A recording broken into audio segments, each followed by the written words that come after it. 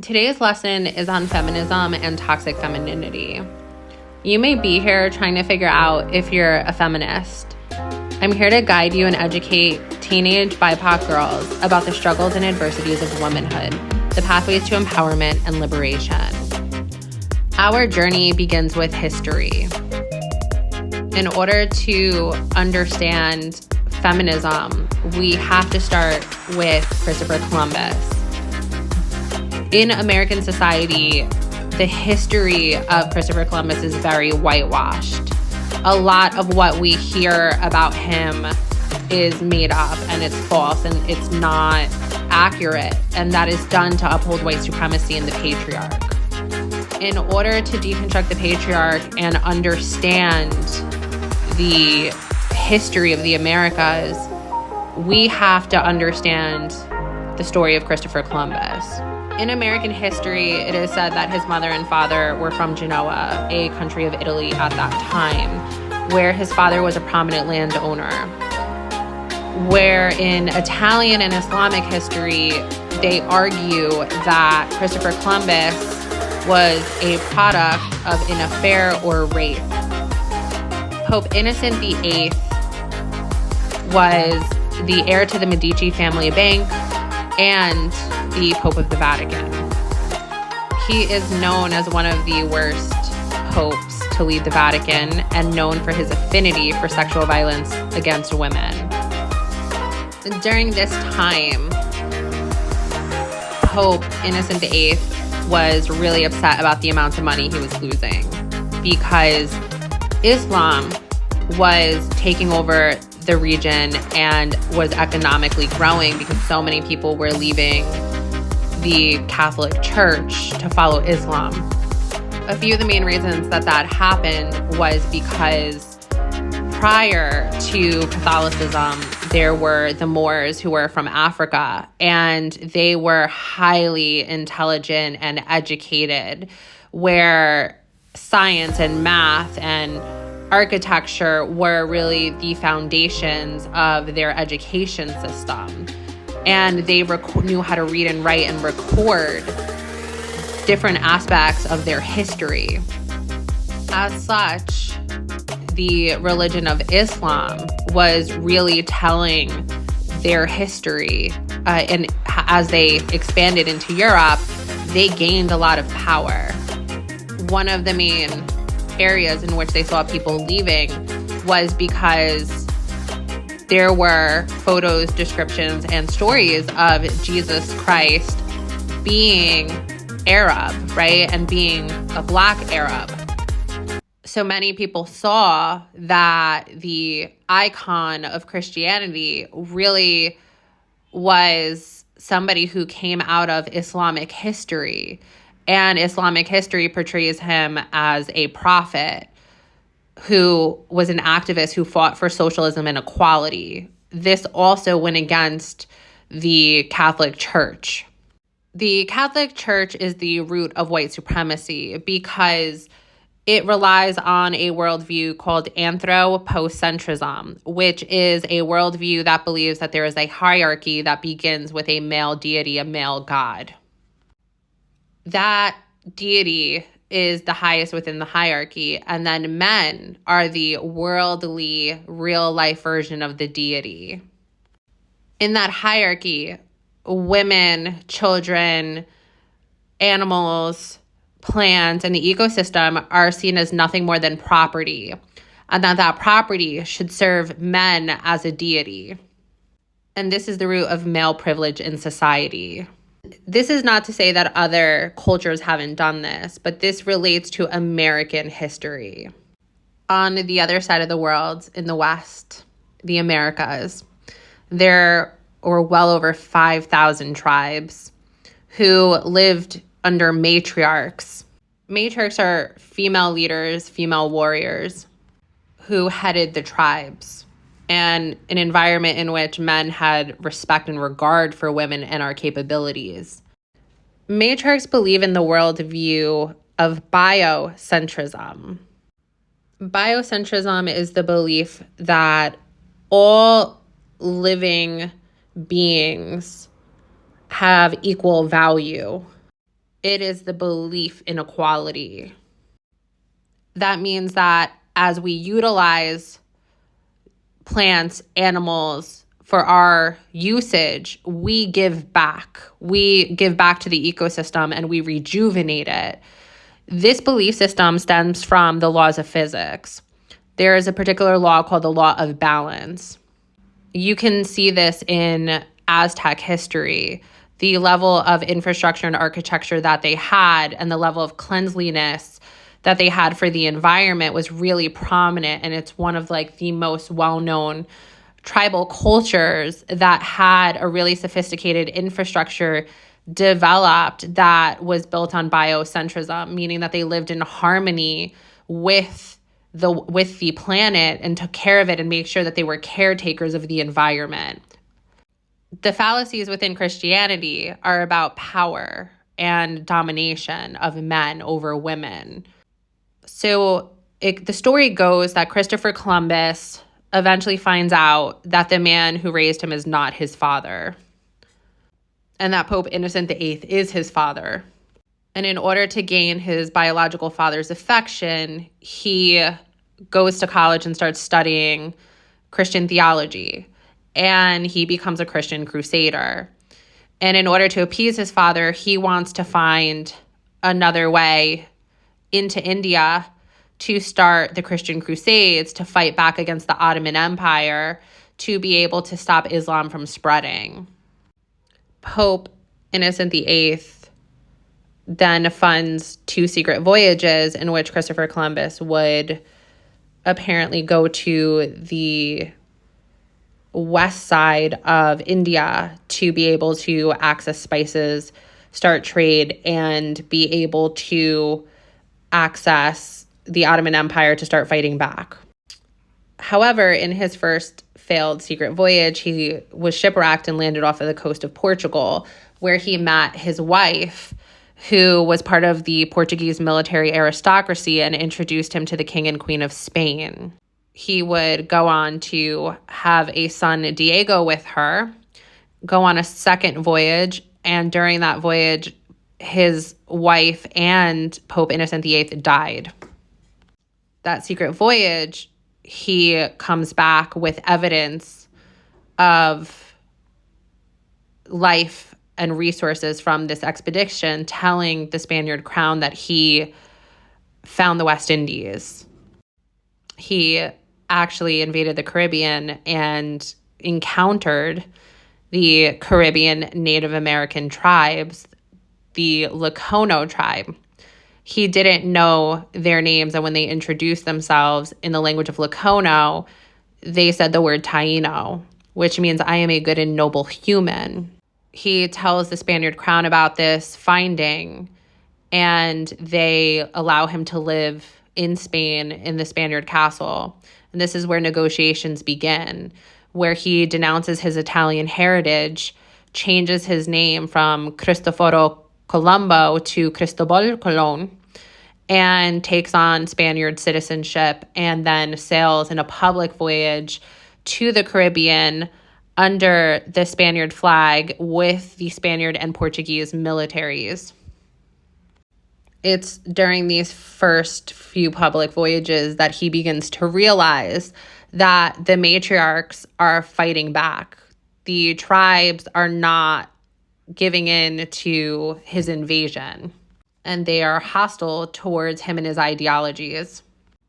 As he heads back to Europe, Pope Alexander IV, known as one of the Vatican's most evil 7, was a pedophile, and he also engaged in incest with his children and held orgies at the Vatican Church.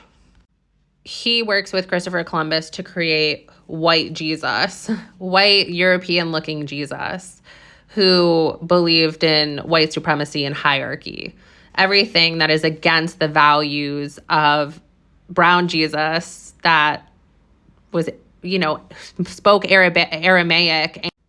And this was done in fear because the Caribbean Native Americans looked like Jesus and also looked like the Middle Eastern and Africans.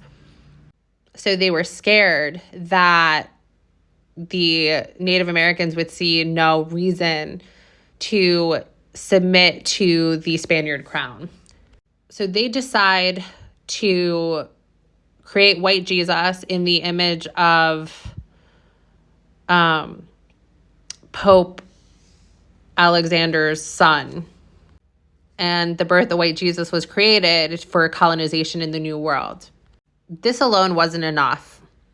They brought weapons, more specifically whips, to beat the Taíno women into submission. In Christopher Columbus's journals, along with his top lieutenants, they vividly describe beating Taíno women with these whips. A few months ago, I went to Santo Domingo and went to Christopher Columbus's palace and his son Diego's palace. While I was in Christopher Columbus's palace, there is a room full of all of his weapons that he used during the colonization of the Caribbean. I saw the whips that he used on the Taíno women, and I saw the shackles and other weapons of torture that he used on the Taínos and African slaves throughout his time governing the Caribbean. To see the weapons of torture that he used and how much bigger they were to see in person and how they were utilized, it broke my heart to really understand and see in person how evil of a man he was and the lengths that he would go to for power and money. Taíno women were not only matriarchs, but lived in nudity until they got married. Taíno women and girls would wear gold, jewelry, seashells, coffee, and sometimes wear a headdress. However, they did not wear clothes. The only time they wore clothing is when they decided to partner or marry a man, and then they would wear a nagua to symbolize commitment in marriage. In Christopher Columbus's journals, along with that of his top lieutenants, they wrote about using whips. Again, I've seen these whips. They're between 10 and 20 feet long, and they are thick. They use these whips on the Taíno women to force them into submission. They were such strong fighters and very skilled warriors that it was difficult for the military to subdue them. As a result, the whips were used to be able to harm them from a far distance and be able to cause severe damage to their bodies to the point that they were unable to fight back. And then the military men and Christopher Columbus would rape them. They would do this repeatedly until they received female submission from the women in the tribes, who would then submit to Christianity and take on the ideologies of Christianity. The first covenant in the Western Hemisphere is in San Juan, Puerto Rico, and is El Convento. Nuns were eventually sent there to tell them to put on clothing, and that if they were to wear clothing, they wouldn't be beat. Clothing also became a protective measure for them to avoid being whipped on their skin. So there became benefits to them submitting into Christianity, despite the fact that they didn't want to participate in it. So the roots of modesty in the Western Hemisphere are related directly to female oppression. We're going to fast forward to present day Puerto Rican culture. Puerto Ricans are Caribbean Americans who live with the bondage of slavery. Many of us have gone through getting physically beat by belts, chanclas, getting cocotazos, and other forms of physical abuse in our lives because of the worldview of anthropocentrism and the hierarchy that is created through white supremacy. And many of us in Latin American culture have gone through this, and we work to deconstruct what has happened to us. And we often have experienced this since we're children, where we have a hard time understanding what's happening and that this is rooted in slavery. And instead we internalize that something is wrong with ourselves. And in reality, it's nothing's wrong with us. It's that the system of white supremacy and the patriarch are using violence to force us into submission. We're not allowed to have differing opinions. We're not allowed to challenge the patriarch. We're not allowed to challenge men in power. We're not allowed to challenge our fathers or our mothers. And when we do, there's punishment, right? There's consequence. So the same legacies that our Native American ancestors have dealt with, we are still dealing with that generational abuse today. And that impacts our genetics. It damages our genetics. And we pass down that genetic damage for 2 generations beyond us. And every time we uphold those systems of white supremacy and the patriarch, and we engage in those behaviors of white supremacy, we further damage our genetics and our children and our grandchildren. We're going to go back into a rewind. The Aztec Empire really lived out the values of biocentrism. And a lot of times we're told that they were unsophisticated, that Native Americans were unsophisticated, and that Christopher Columbus had come to the Americas and discovered it and brought all this technology. That is in fact false. Prior to Christopher Columbus, well before Christopher Columbus, the Moors, who were well educated, who built the pyramids, they were explorers. They were just not exploiting those that they encountered. The reason that Mexico has the Mayan pyramids and the Aztec pyramids, just like in Egypt, and the reason the Aztec Empire was so clean, and the reason they had schools, and the reason they lived their values out as biocentrism, was because they had encountered the Moors, and the Moors had taught them and educated them, and they would trade and barter together. It's the reason that a lot of Central American foods ended up in Africa, because in exchange for development and education, the Aztec and Mayan tribes gave the Moors additional resources and food for their lands and taught them how to cultivate it on their lands. That is why much of Africa and Native American food is similar.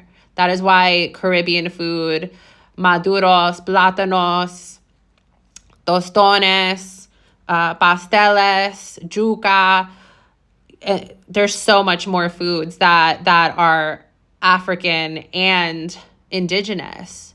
So our food is Afro-Taíno or Afro-Indigenous because all of this trading was happening for centuries, well before Christopher Columbus even came onto the scene. And that's why there's pyramids in the Americas and also in Africa. However, white supremacy goes to such extreme lengths to uphold its false narrative that they will say that aliens from an advanced species came here and they created the pyramids in these different areas because there was no way that African Moors, Black people, could have done this all over the world. The very reason the Moors and the African kingdoms had so much power and money and resources was because of their global travels and trade. And not only did they go to other continents for trading, they also educated these other countries and tribes and people that they encountered and taught them about biocentrism because many of them were scientists. Like the very roots of physics and astrology came from the Moors. It is why they were able to build the pyramids, why they were able to build aqueducts, why they were able to do astonishing aspects of society. And white supremacy has hindered the development of education that has contorted history so much that everything that we know about history in the Americas is completely false. There's a narrative there that it would be an alien that would come to planet Earth to make the pyramids versus just another kingdom that was well educated just on the basis of them being black or brown. And they really helped the indigenous people to value biocentrism and to live in harmony with the planet. And those ideologies are why a lot of African tribes and indigenous tribes of the America have a lot in common in terms of culture and belief systems and how they tell their stories and their narratives. They all believed in the physical law of balance, and they lived their life to that. They governed in that capacity, and that is why all of them flourished. The law of balance you can apply to anything. Too much water, we have a flood. Too little water, we have a drought. We have enough water, we have a life, and we thrive. We can bathe, we can drink, animals can thrive, we have plants, we can eat. The law of balance could be applied to too many nutrients, could be toxic. Too little nutrients could be a deficiency. Just the right amount of nutrients, we can thrive. We can apply the law of balance to anything because it is a physical law of the universe, just like the law of gravity. And this is knowledge that the African Moors and the Ottoman Empire of Islam and the indigenous people of the Americas had. However, in order for colonization to be effective, anthropocentrism had to deconstruct this and create a hierarchy with a deity to start brainwashing people into the system of white supremacy. Lies are easier to construct and easier to understand because there's no evidence that has to support an idea when it's a lie. So many people fall into that ideology very easily and then support the patriarch because a simple line could determine, without facts, could determine a belief system for someone to subscribe to. A great example is that a fetus is a baby, right? Where scientifically that is completely inaccurate in the reproductive process. However, it's easy to use that for people who don't understand science and then use that to manipulate the oppression of women, where the truth is much more complicated. And it also, biocentrism goes against that ideology because it affirms that the stages of life where sperm is not a human, the egg is not a human, the zygote is not a human, the bioplast is not a human, the fetus is not a human, right? There's stages of development going from the cellular level into a human being. That's a process that takes place over 9 months in a woman's body.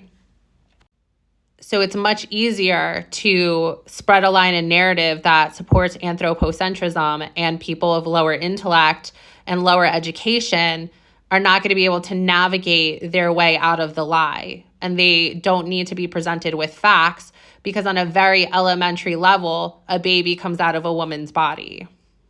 And this is how the patriarch operates to uphold itself through white supremacy and anthropocentrism. And this is how the Christian church aligns itself that way. And this is because the right wing, in order to maintain power, uses this worldview and this belief system and these kind of talking points. So now that you understand the history, feminism is the belief that all living beings are equal. The belief of feminism is rooted in biocentrism and the history in which we just spoke about. Toxic femininity is the submission of women under the patriarch. So women who support anthropocentrism, women who play into the hierarchy and create oppression for other women and minorities.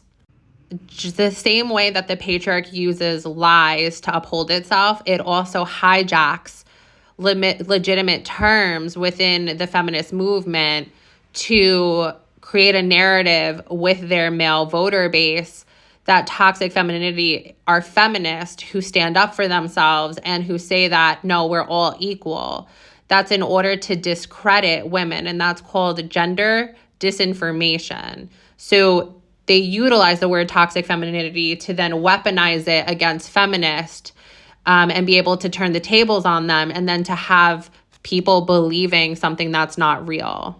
The entire platform of the Republican Party in the United States is based on anthropocentrism and the brainwashing of Americans to make sure that they do not engage in feminism and that they do not engage in human rights and deter them from equality. That is the root reason for the Republican Party and its hold on anthropocentrism and Christianity. And that's why we see a lot of white Christian nationalists and why they support this white Republican Jesus that never really existed, because everything that they support is fake. Everything that they support is lies. Their whole life is a lie. Their entire mental state is rooted in lies. And in order to have a more equal world, we have to have a worldview based on biocentrism. It's what will protect women and girls. It is what will allow boys to develop in a more emotionally healthy manner, and for boys to be able to excel in the world. Treating men as if they're a deity and allowing them to live with privilege harms them at the same time, because in order to maintain that construct, they have to maintain unrealistic standards themselves where they're psychologically damaged. There's a reason that males are mass shooters. There's a reason that 95% of all domestic violence comes from men. There's a reason that suicide rates among men are higher than women, right? Men are vulnerable because in order to uphold the patriarch, the concept of masculinity and them being a deity is them suppressing their emotions. And that goes against the laws of physics and biology, because emotions and understanding emotions allow survival of the fittest. Evolution says those who adapt and those who are able to elevate to the next level for survival and reproduction have the best genetics. And men have never had to work on themselves to develop a better genetics. And because of that, because of male privilege, they believe that they just need to own a woman, and that if we go back to traditional values where women were very oppressed and beat and tortured, that would qualify for them to have the birthright to reproduce because they're a deity. That's not, in fact, accurate. It goes against the science. This is why today that more women, millennial and Gen Z women, are choosing to be single, because we don't want to deal with the oppression. And as a result, now politically, men are voting in favor of rolling back our rights. And because they're doing that, women are like, I don't even want to date men. I'm not going to jail for you. I'm not paying $5,000 to go out of state or to another country to get an abortion. Not going to happen. So what we're seeing is women are more financially independent than ever, because capitalism is the greatest equalizer for women. And within the next couple of years, women are expected to have more of U.S. wealth than we've ever had.